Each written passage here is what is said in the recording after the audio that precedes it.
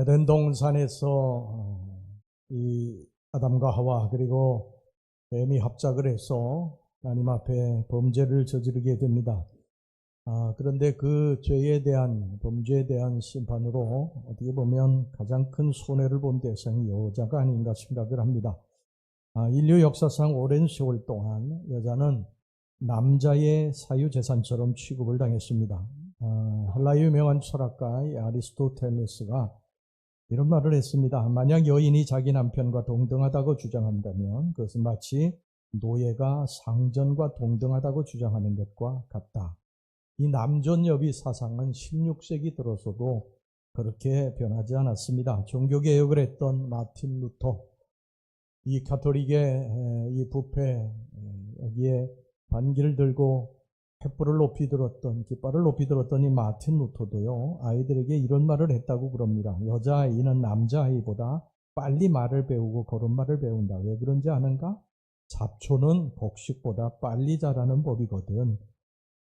요즘에 어떻게 보면요, 여자가 이제 투표권을 행사하기 시작한 것도 19세기 들어와서부터고요. 21세기에 들어와서 여권이 많이 신장을 했습니다만 아직도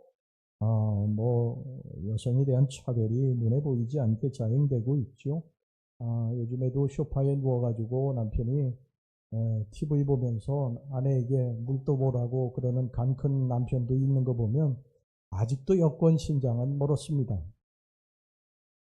미국도 1776년 7월 4일 날 건국이 돼가지고 248년이 지나는 동안에 단 한 명의 여성 대통령도 배출하지 못했어요. 이번에 이제 카말라 해리스가 이 견고한 유리창을 뚫을 수 있을까? 이제 이게 사실 온 세계의 이목이 지금 집중되고 있죠. 힐러리도 그 유리천장을 뚫으려고 하다가 트럼프에게 져서 실패하고 말았는데 이번에는 뚫을 수 있을까? 그런 생각이 이제 듭니다. 이스라엘 백성들이 애굽에서 나올 때 60만 명이 나왔다고 그랬는데요. 굉장히 많은 숫자가 나왔죠. 그런데 그 60만 명의 숫자에는 여자와 어린아이는 제외입니다.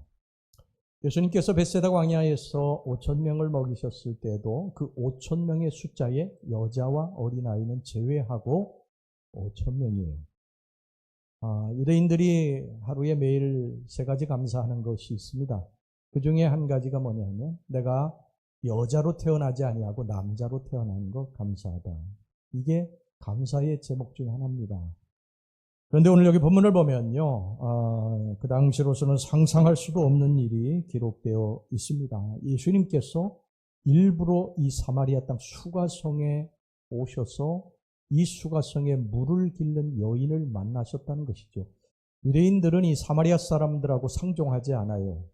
피가 섞인 민족이다. 아수르 민족하고 피가 섞였다 그래가지고 굉장히 멸시하고 천대하고 가까이 오면 침뱉고 돌까지 던집니다.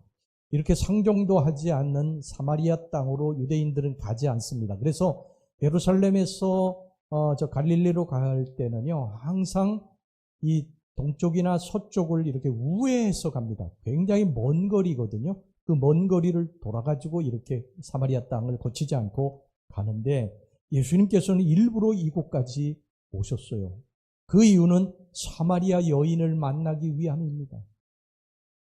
예수님은 항상 사람들이 멸시하고 천대하고 무시하는 그런 사람들을 무시하고 천대하지 않으세요. 예수님은 항상 보면 모든 사람들에게 정말 멸시받는 사람들, 이런 사람들을 오히려 더 찾아가셔서 그들을 위로하시고 그들에게 용기와 힘을 주시고 그들을 일으키시는 것을 보게 됩니다. 예수님이 이 땅에 오셔가지고요, 예루살렘에는 몇 번 가시지 않으셨어요. 전부 갈릴리에서 거하시며, 갈릴리에는 다 가난한 사람들, 비천한 사람들, 배우지 못한 사람, 소외된 사람들이 살았거든요. 그곳에서 평생을 육신의 삶을 사시다가 십자가에 달려 죽으신 것입니다. 여러분, 예수님께서 이 비천한 여인, 이 사마리아 여인을 이 수가성에 왜 찾아오셨을까? 그 이유는 단 하나입니다. 그 여인을 사랑하셨기 때문입니다. 이제 그 여인에 대해서 우리가 이제 살펴볼 터인데요. 그 여인은 정말 불쌍한 여인이었어요. 이 여인을 불쌍히 여기셔서 예수님께서 사랑하시고 불쌍히 여기셨기 때문에 이 여인에게 찾아오신 것입니다. 여러분, 이처럼 예수님이 우리를 찾아오신 것을 아십니까? 이 죄 많은 인생들, 정말 어떻게 보면요, 힘겨운 하루하루를 몸부림치며 사는 우리 인생들, 이런 인생들에게 용기를 주고 힘을 주시기 위해서 찾아오신 것을 아세요?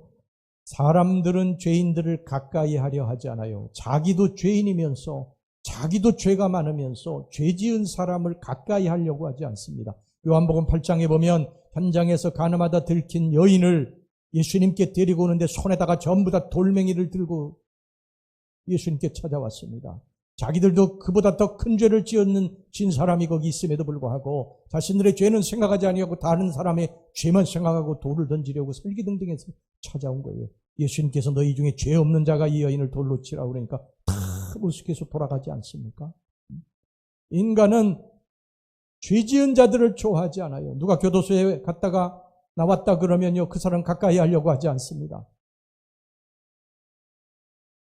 또 사람들은 실패한 사람들, 가난한 사람들 좋아하지 않아요. 잘 나가는 사람, 부자, 성공한 사람들 찾아다니려고 그러죠. 가난해졌다, 저 사람 실패했다, 저 사람 이제 아무것도 없다, 빈털털이다 그러면요, 잘 찾아다니던 사람도요, 전화 끊습니다. 다. 저거 유튜브 보니까 그런 얘기 나오더라고요. 혜은이가 그 남편 때문에 그 남편이 한 200억 빚을 졌대요. 그래가지고 그걸 이제 혜은이가 떠앉아가지고 있는데 뭐 밤무대니 뭐 이런 그 여기 뛰어다니면서 한 100억을 갚았대. 그 연예인들 돈도 많이 벌어 아이가.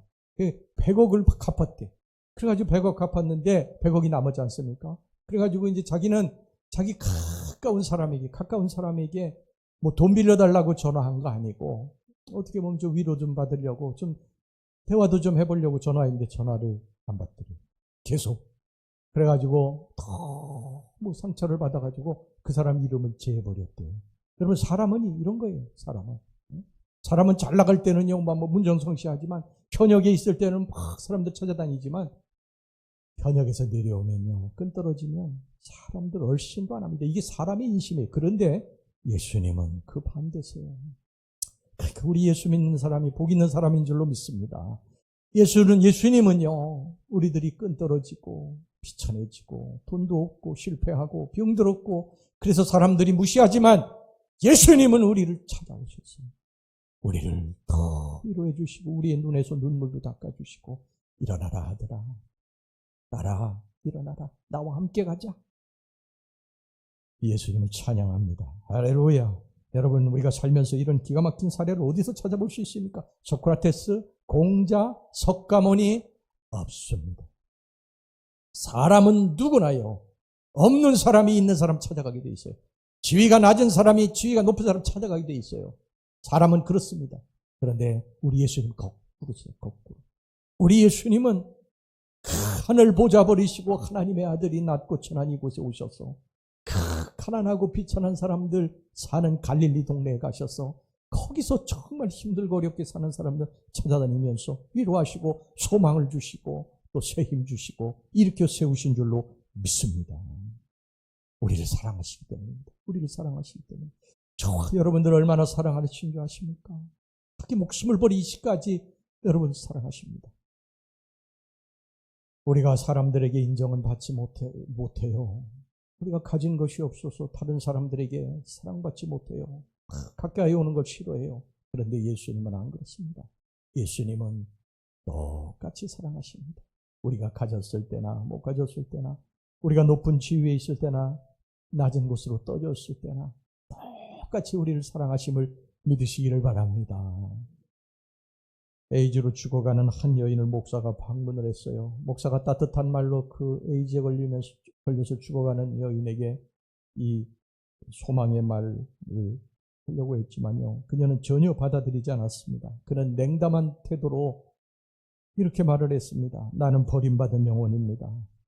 나는 내 자신의 일생뿐 아니라 내 주변 사람들의 행복까지 망쳐놓은 사람입니다. 고통스럽지만 난 지옥에 갈 수밖에 없어요. 나 같은 건 아무런 소망도 없습니다. 그 말을 들은 목사님이요, 이렇게 둘러보다가 그녀 옆에 보니까 이렇게 냉장고에 사진이 한 장 붙어 있는 것을 보았어요. 그래서 그 목사님이 그 여인에게 물어봅니다. 이 사진의 아이는 누굽니까? 그러니까 그냥 그 표정이 확 입이 이 여자가 밝아지면서요.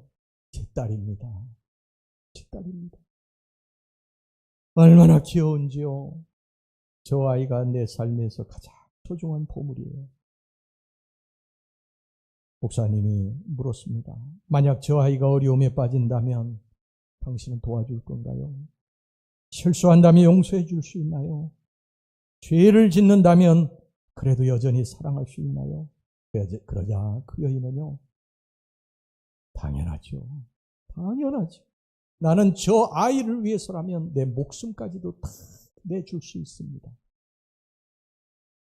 그러자 목사가 대답을 했습니다. 하나님의 옷장 위에 당신의 사진이 붙어 있습니다. 할렐루야. 하나님의 옷장 위에 저와 여러분의 사진이 붙어 있습니다. 우리들은 보잘것없는 인생일 수 있어요. 사람들에게 그렇게 알려진 인생이 아닌 무명의 인생이고, 어떻게 보면 한 번도 길을 펴지 못하고 이 땅에서 천대받고 산 인생일 수 있어요. 그러나 그걸 아십니까? 우리들의 사진이 하나님의 옷장 위에 붙어져 있습니다. 우리 하나님이 나를 위해서라면 자기 목숨도 버릴 수가 있다는 것을 여러분 기억하시기를 주의 이름으로 축원합니다. 이제 이 수가성 여인에 대해서 조금 더 구체적으로 살펴보도록 하겠습니다. 이 여인은 정말 불쌍한 여인이었어요. 첫 번째는 여기 고독한 여인이었습니다. 오늘 여기 본문에 요한복음 4장 6절을 보면요. 이 여인이 제 육시에 물을 길러 나왔다고 말씀하고 있어요. 육시라고 하면, 이 성경에 나와 있는 육시라고 하면 우리 시간으로 하면 12시입니다. 12시. 정오예요. 정오. 그런데 유대인들은 정오 때에 물 길러 나오지 않습니다. 왜냐하면 그때 너무 뜨거운 시간이기 때문에 물 길러 나오지 아니하고 아침과 저녁에 물을 길러 나옵니다. 보통. 그런데 이 여인은 정오 때 물을 길러 나왔어요. 이 사마리아 여인은 정오 때 물을 길러 나왔습니다. 왜 그랬을까요? 유대인들 때문입니다. 유대인들이 많이 물을 길러 나오는 아침과 저녁에 물을 길러 나오면 유대인들이 사마리아 여자가 왔다고 돌 던지고 침뱉기 때문에 나올 수가 없었던 것입니다. 그래서 유대인들이 물을 길러 나오지 않는 12시에 그 뜨거운 때에 물을 길러 나온 거예요. 그 인생이 얼마나 기구합니까? 누구는 뭐 사마리아인으로 태어나고 싶어서 태어났습니까? 태어나 보니까 사마리아인인데 사람들이 그렇게 멸시하고 조롱하는 거예요. 자기가 사마리아인이 되고 싶어 사마리아인이 된 게 아니라 조상들이 사마리아인인데 이 여인은 아무도 대화할 사람이 없었어요. 보통 이 우물가에서 막 여자들이 막 그냥 막 우물 푸면서 스트레스 풀고 뭐 그러지 않습니까? 그런데 이 여인은 혼자 그 뜨거운 땡볕에 물을 길러 나와서 아무도 대화할 수 있는 사람이 없었던 것입니다. 고독한 인생이었죠. 그 다음에 이 여인은요, 여기 보면은요, 무슨 이유인지는 잘 모르지만 남자하고 살다가 헤어지고 또 재혼하고 살다가 헤어져가지고 지금 6번째 남자하고 살고 있습니다. 6번째 남자. 그러니 이게 얼마나 기구한 인생입니까? 얼마나 기구한 인생이에요. 왜 그 많은 남자하고 살다가 헤어졌는지 그 이유는 성경이 밝히고 있지는 않지만 우리가 추측해 볼 수는 있어요. 그 당시의 상황을 보면은요, 여자는 아까도 말씀드렸지만 숫자에 들어가지도 않는 그러한 미미한 존재였기 때문에 조금만 실수를 하면, 예를 들어가지고 남편에게 물을 떠다가 주다가 물을 이렇게 흘리게 되면요, 그것을 트집 잡아가지고 남편이 내쫓을 수도 있었어요. 아주 그런 사회였습니다. 그런 사회였기 때문에 이 여인이 어떤 조그만 실수로 인해서 남편에게 버림을 받고 그리고 또 다른 남자하고 결혼을 하고 또 실수해서 또 잘못을 해서 아니면 모함을 받는다든지 해가지고 5번째 남자하고 헤어지고 6번째 남자하고 지금 살고 있는 거예요. 아이, 그러면 뭘 그렇게 이혼을 한 사람이 또 결혼을 하고 또 결혼을 하고 5번 하고 또 6번째 또 하느냐, 그렇게 말하는 분이 계실지 모르지만, 그 당시의 상황을 보면요, 그 당시에는 여자가 남자하고 결혼하지 않고는 먹고 살 길이 없었어요. 전혀 없었습니다. 굶어 죽을 수밖에 없었던 거예요. 그러니까 어쩔 수 없이 이 여인은 또 남자하고 결혼하고 그래서 지금 6번째 남자하고 살고 있는 것입니다. 여러분이 이 여인의 인생이 얼마나 기구합니까? 그냥 사마리아인이어서 사람들에게 멸시받고 천대받는 것도 서러운데, 남편이라도 좀 잘 만나가지고 호강이라도 좀 하면 살면 좋은데, 남편에게 이 버림받고 지금 6번째 남자하고 겨우 살고 있는 이 가련한 인생. 여러분, 이 여인에게 무슨 낙이 있겠어요? 무슨 낙이 있겠어요? 사는 것이 무슨 기쁨이 있겠어요? 이 여인은 이렇게 고독과 소망이 없는 하루하루의 삶을 살고 있었습니다. 여러분, 우리는요, 이 여인과 분명히 상황이 똑같지는 않습니다. 그러나 우리도 너무 고독합니다. 수많은 사람들 속에 둘러싸여 있지만, 사람들과의 대화는 많이 하고 있지만, 여러 사람들을 만나고는 있지만, 우리는 대화를 해도 고독해요. 집에 남편도 있고 아내도 있고 자식들도 있고 그렇지만 내가 속에서 끄집어낼 수 없는 그러한 마음의 상처와 아픔, 이런 슬픔이 있어요. 사람들하고 밤새도록 대화하지만 속에 무엇인가 풀어지지 않는 그러한 아픔이 거기 있습니다. 가정 문제, 남편의 폭력 문제, 바람기 문제, 자식의 문제 등 누구에게나 털어놓을 수 없는 그런 문제들 때문에 고통을 당하는 사람들이 거기 있다고 하는 것입니다. 내 속에 있는 것들을 다 좀 내놓고 끄집어내가지고 좀 대화하고 싶은데 그럴 수가 없어요. 왜? 내 자식의 문제가 다른 사람들의 귀에 들어가면 내 자식이 누가 될까 봐 그런 이야기를 하지 못하는 거예요. 그래서 좋은 이야기만 하다 보니까 내 마음속에는 또 무엇인가 굉장히 공허함이 있어요. 답답함이 있습니다. 바로 이것이 우리 인간의 문제예요. 인간의 문제입니다. 상황은 다르지만 이러한 공통적인 문제들이 우리 인간 속에 다 있다고 하는 것입니다. 그런데 예수님이 이 수가성 여인을 찾아오셔서 놀라운 말씀을 하셨습니다. 오늘 여기 본문의 요한복음 4장 13절 14절 말씀 보세요. 예수께서 대답하여 이르시되 이 물을 마시는 자마다 다시 목마르려니와 내가 주는 물을 마시는 자는 영원히 목마르지 아니하리니 내가 주는 물은 그 속에서 영생하도록 솟아나는 샘물이 되리라. 내가 주는 물을 마시면 다시는 목마르지 않다고 하셨어요. 하지만은 세상이 주는 물을 마시는 자는 계속 목마를 것이라고 말씀을 하고 있습니다. 여러분, 우리는요, 무엇인가 소유하려고 합니다. 무엇인가 손에 쥐려고 달려갑니다. 그래가지고 막 정신없이 달려가가지고 그것을 손에 쥐었어요. 그런데 이번엔 또 다른 것이 보입니다. 그래서 이 손에 잡은 것을 놓고서 또 정신없이 달려갑니다. 그리고 또 다른 것을, 그 원하는 것을 잡았어요. 그런데 또 다른 것이 보입니다. 또 달려갑니다. 우리 인생은 그렇게 평생 달려가다가 목마르다가 그리고 죽는 것입니다. 우리의 욕심은 끝이 없어요. 세상적인 것으로 여러분, 우리들의 이 욕심 많은 내면을 채울 수가 없습니다. 절대 채울 수가 없습니다. 끝없이 달려갑니다.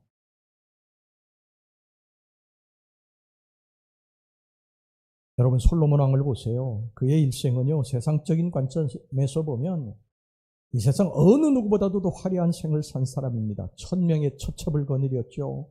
또 부와 권세가 하늘을 찔렀습니다. 솔로몬 성전의 화려함을 보세요. 모든 집기, 궁전의 장식 다 금으로 치장됐습니다. 심지어 병사들, 왕궁을 지키는 병사들의 방패도 금으로 만들었어요. 금이 얼마나 남아들었으면 여러분 그렇게 했겠습니까? 얼마나 부귀영화를 누리고 그 1000명의 처첩을 거느리고 인생의 쾌락을 즐기며 살았습니까? 그런데 이 솔로몬의 마지막 고백은 참으로 우리를 당황하게 만듭니다. 헛되고 헛되니 모든 것이 헛되도다.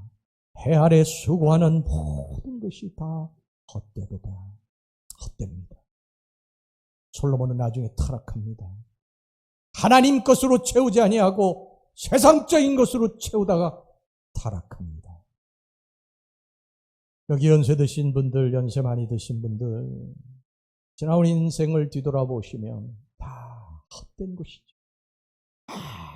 우리 여러분들이 부귀영화를 누리고 뭐 권세를 누리고 그렇게 살았다 할지라도 지나고 보니 다 부질없는 것들이에요. 헛된 것들이에요. 인생은 여러분 하나님이 이 안에 오시지 않으면 다 헛된 것들이에요. 다 아침 안개와 같은 것입니다. 우리는 그것을 붙잡기 위해서 끊임없이 목말라 하며 달려갔지만 앞을 향해서 달려갔지만 우리는 아직도 목마르고 아직도 만족함이 없고 아직도 기쁨이 없고 아직도 여러분 감사가 없어요. 여러분의 근심, 걱정, 불안, 고민, 불평, 고독의 문제가 환경에 있다고 생각하십니까? 환경이 좋아지면 그런 것들이 없어지라고 생각하십니까? 그렇지 않습니다. 우리의 목마름은 환경 때문이 아닙니다. 우리의 목마름은 우리의 목마름을 해결해 주실 예수 그리스도 그분이 오시지 않았기 때문입니다. 그분이 오시면 우리가 이제 소리 지르지 않습니다. 무엇을 위해서 달려가지 않아요. 막 세상 것을 향해서 달려가지 않습니다. 그분이 오시면 내 마음속에 초가 잠깐 또 찬양할 수 있는 그러한 공간이 되는 줄로 믿습니다. 목마름이 해결이 되는 것입니다. 예수님이 생수를 주기 위해서 이 땅에 오셨습니다. 예수님은 이 여인을 찾아오셔가지고요. 이 여인이 숨기고 싶어하는 것을 탁 터치하셨어요. 우리 속에는 숨기고 싶은 것이 있거든요. 열등감이 있어요. 자존감이 낮은 부분이 있어요. 근데 예수님이 그거 다 아세요. 그리고 그걸 터치하십니다. 오늘 이 여인은 숨기고 싶어하는 게 뭐예요? 남자하고 살다가 이혼하고 남자하고 살다가 또 다시 이혼하고 이렇게 해가지고 여섯 번째 지금 남자하고 살고 있는 게 이게 숨기고 싶었던 것이거든요. 근데 예수님께서 이 여인에게 뭐라고 합니까? 내 남편을 데려오라. 그러니까 이 여인이 너무 놀래가지고요. 난 남편이 없습니다. 이렇게 대답을 한 거예요. 그냥 얼떨결에. 근데 예수님께서 이렇게 말씀하세요. 내 말이 옳다. 네 남편이 너에게 없다. 지금까지 5하고 살았고 지금 또 여섯 번째 남자하고 살고 있는데 이 남자도 내 남자가 아니다. 예수님께서 이 말씀을 하실 때 이 여인 너무 놀랐을 거예요. 왜냐하면 자기가 그 예수님께 그런 사정을 이야기한 적이 없거든요. 어느 누구에게도 그런 이야기를 한 적이 없거든요. 그런데 예수님 그걸 다 알고 계셨던 것입니다. 예수님께서 왜 그 말씀, 이 여인이 수치스럽게 생각하고 숨기고 싶어하는 일들을 말씀하셨는지 아십니까? 끄집어내려고 그런 것입니다. 여러분 치유는요. 우리들이 숨기고 싶어하는 것들을 끄집어내는 데서부터 시작이 됩니다.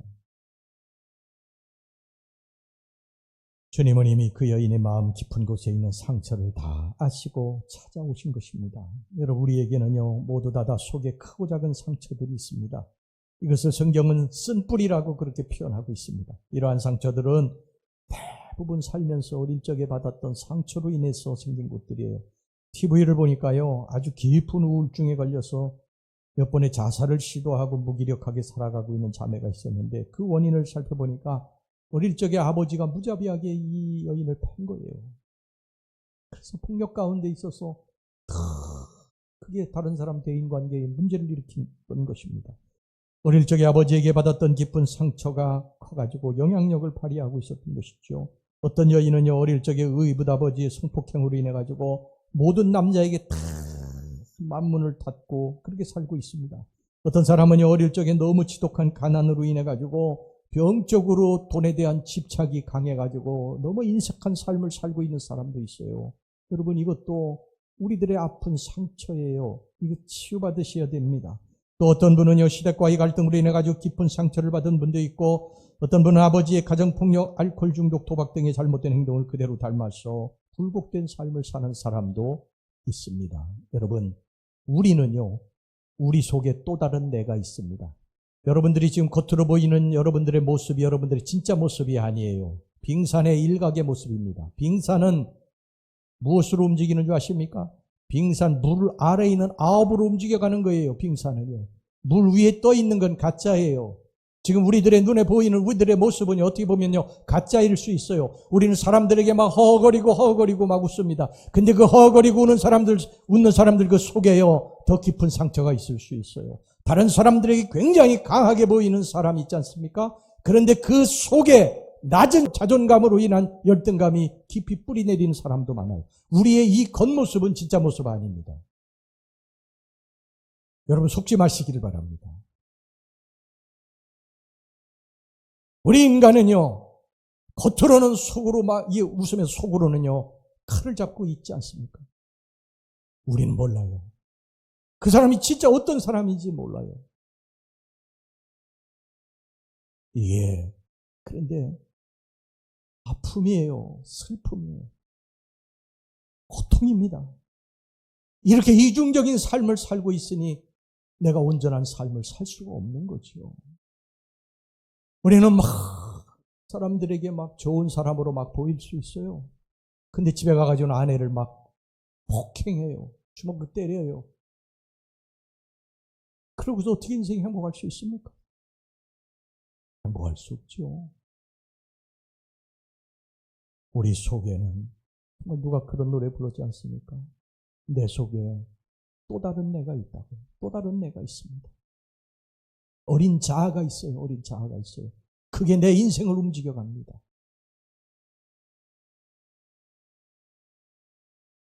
우리는 겸손과 온유로 옷을 입기도 해요. 속에는 미움으로 가득 차 있으면서도요, 겉은 성인 군자처럼 그렇게 점잖게 행동합니다. 여러분, 이걸 어떻게 치유합니까? 이게 치유가 이루어지지 않으면요, 우리는 정말 불행한 인생을 살 수밖에 없습니다. 위장된 인생을 살 수밖에 없어요. 근데 여러분, 그걸 아십니까? 주님은 그걸 다 아십니다. 할렐루야. 치유하시기를 원하십니다. 우리 예수님이 이걸 치유하기를 원하십니다. 사람한테는 그걸 끄집어낼 수 없어요. 토로할 수 없습니다. 어떤 사람도 그걸 받아들일 수 없어요. 그런데 우리 예수님께 찾아가서 아프다고 말하시기 바랍니다. 주님, 내가 이런 위장된 삶을 살면서 너무 아픕니다. 내가 겉으로는 허허거리면서 껄껄거리면서 속은 이렇게 낮은 자존감으로 인해서 고통스럽습니다. 내가 속은 이렇게 막 미움으로 부글부글 끓고 있으면서도 마치 용서의 사람인 것처럼 그렇게 살아가는 이중적인 삶, 아버지, 나를 불쌍히 여겨 주시옵소서. 숨길 필요 없습니다.